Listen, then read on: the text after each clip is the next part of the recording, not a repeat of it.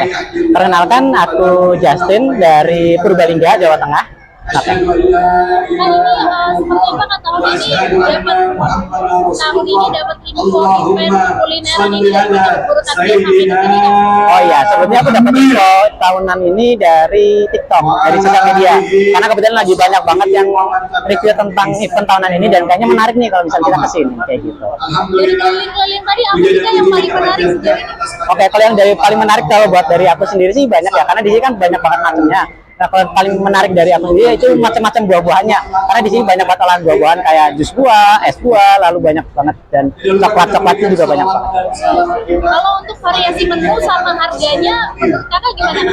Kalau untuk varian menu dan harganya sendiri, sejauh ini sih masih bisa dibilang terjangkau ya. Jadi nggak yang kemahalan banget, tapi juga variannya juga masih banyak banget juga. Jadi banyak pilihannya lah kayak gitu. Masih oke. Oke, tadi udah beli apa aja nih kak? Kalau dari aku sendiri tadi beli mochi, terus beli kue tiaw juga, terus beli jus buah juga, terus sama sebentar lagi mau lagi nyari dakbal juga sih. Tadi sempat ada dakbal juga. Kayak gitu. Oke, nah rencananya bakal kesini lagi kak, karena kan ini masih sampai tanggal 8 Maret ya. Oh ya, kalau dari aku sendiri kayaknya kemungkinan besar bakal kesini lagi karena ada banyak banget varian makanan dan pilihan-pilihan jajanan yang belum kita coba. Jadi mau kita coba lagi nanti. Ya, informasi berikutnya pemirsa, Kementerian Keuangan menambah alokasi transfer ke daerah sebesar 10,65 triliun rupiah untuk disalurkan ke pemerintah daerah yang terdampak bencana Aceh dan Sumatera. Ya, secara total ada 67 daerah di 3 provinsi yang terdampak bencana Sumatera sehingga anggaran tambahan TKD. Menteri Keuangan Purbaya Yudi Sadewa memastikan tambahan alokasi transfer ke daerah telah disetujui sebesar 10,65 triliun dan segera disalurkan ke pemerintah daerah yang terdampak bencana Aceh dan Sumatera. Purbaya menjelaskan, tambahan alokasi tersebut mencakup penyelesaian kurang bayar dana bagi hasil atau DBH, DBH tambahan, dana alokasi umum tambahan, serta dana otonomi khusus untuk Aceh. Secara total ada 67 daerah di 3 provinsi yang terdampak bencana Sumatera menerima anggaran tambahan TKD itu. Adapun rincian adalah 47 daerah terdampak bencana yang mengalami penurunan TKD dan 20 daerah tidak terdampak yang turut mengalami penurunan. Pemberian tambahan alokasi TKD disetujui sebesar 10,65 triliun. Jadi bukan angka yang 7 atau 8, kita ambil yang maksimal sesuai dengan usulan dari Purbaya menambahkan, hingga 17 Februari 2026, pemerintah telah mentransfer 13 triliun ke daerah di 3 provinsi tersebut. Angka ini lebih tinggi dibandingkan periode yang sama tahun lalu sebesar 10,78 triliun atau meningkat sekitar 30%. Tim Liputan IDX Channel. Pemirsa, harga minyak dunia ditutup melonjak lebih dari 4% pada perdagangan hari Rabu, pemirsa, di mana ini terjadi seiring pelaku pasar memperhitungkan potensi gangguan pasokan akibat meningkatnya ketegangan antara Amerika Serikat dan Iran, serta berakhirnya perundingan damai Rusia-Ukraina di Jenewa tanpa terobosan berarti. Minyak mentah Brent ditutup naik 4,35% ke level $70,35 per barrel. Sedangkan minyak mentah West Texas Intermediate melonjak 4,59% ke level $65,19 per barrel. Di mana pemirsa, kenaikan semakin tajam menjelang akhir sesi dengan harga sempat melonjak lebih dari $3 menyusul laporan media bahwa Israel meningkatkan status siaga di tengah indikasi kemungkinan serangan terhadap Iran oleh Amerika Serikat dan Israel.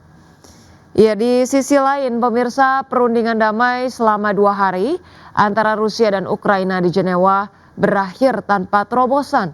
Presiden Ukraina Volodymyr Zelensky menuduh Moskow menghambat upaya mediasi Amerika Serikat untuk mengakhiri perang yang telah berlangsung 4 tahun.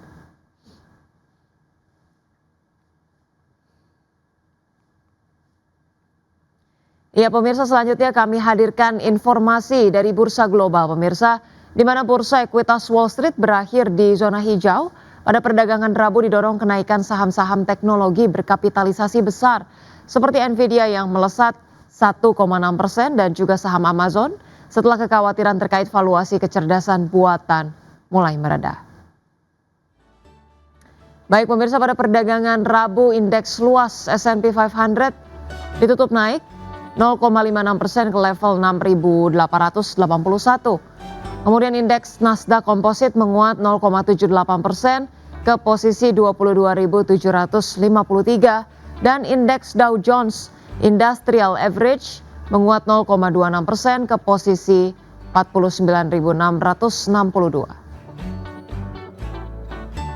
Ya, sementara itu pemirsa, dari bursa ekuitas Eropa yang melesat ke rekor tertinggi baru pada perdagangan Rabu, hal ini didorong oleh penguatan saham, pertahanan dan juga perbankan di tengah respon terhadap investor terhadap laporan kinerja emiten serta kabar potensi pergantian kepemimpinan di Bank Sentral Eropa. Kami hadirkan informasinya pemirsa. Indeks STOXX 600 ditutup melonjak 1,19% ke level 628,69. Indeks DAX Jerman naik 1,12% ke level 25.278. Kemudian indeks FTSE 100 Inggris menguat 1,23% pemirsa ke posisi 10.686.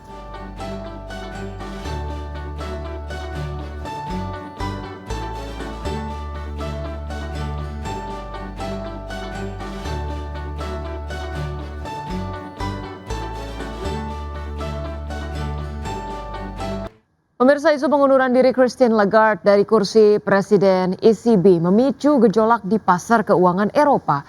Kabar ini langsung menekan euro pada perdagangan Rabu, mencerminkan kekhawatiran investor atas potensi ketidakpastian kepemimpinan Bank Sentral Eropa. Isu pengunduran diri Christine Lagarde dari kursi Presiden European Central Bank ECB memicu gejolak di pasar keuangan Eropa. Lagarde disebut-sebut akan mundur sebelum masa jabatannya berakhir pada Oktober 2027. Kabar ini langsung menekan euro yang melemah 0,15% pada perdagangan Rabu, mencerminkan kekhawatiran investor atas potensi ketidakpastian kepemimpinan Bank Sentral kawasan euro. Mengutip sumber yang mengetahui pemikiran Lagarde, Financial Times mengatakan keputusan itu diduga membuka ruang bagi Presiden Prancis Emmanuel Macron untuk ikut menentukan suksesi pucuk pimpinan ECB. Langkah ini dinilai syarat dimensi politik, mengingat masa jabatan kedua Macron berakhir pada April 2027 dan ia tak bisa mencalonkan diri kembali. Sementara itu, pihak Bank Sentral Eropa membantah laporan tersebut dan menyatakan bahwa Presiden Lagarde sepenuhnya fokus pada misinya dan belum mengambil keputusan apapun terkait akhir masa jabatannya. Secara fundamental, posisi Lagarde di ECB dinilai krusial. Sejak menjabat pada 2019 setelah sebelumnya memimpin IMF, Lagarde menghadapi serangkaian krisis mulai dari pandemi hingga lonjakan inflasi akibat invasi Rusia ke Ukraina pada 2022. Kebijakan pengetatan moneter agresif ECB di bawah kepemimpinannya dianggap berperan besar menahan laju inflasi di kawasan euro. Lagarde sendiri sebelumnya telah menepis wacana mundur lebih awal. Pada Juni tahun lalu, ia menegaskan bertekad menyelesaikan masa jabatannya. Karena itu, sebelum ada pernyataan resmi, pasar kemungkinan akan terus dibayangi spekulasi politik yang berpotensi mengganggu stabilitas euro dan arah kebijakan moneter Eropa ke depan. Berbagai sumber IDX Channel.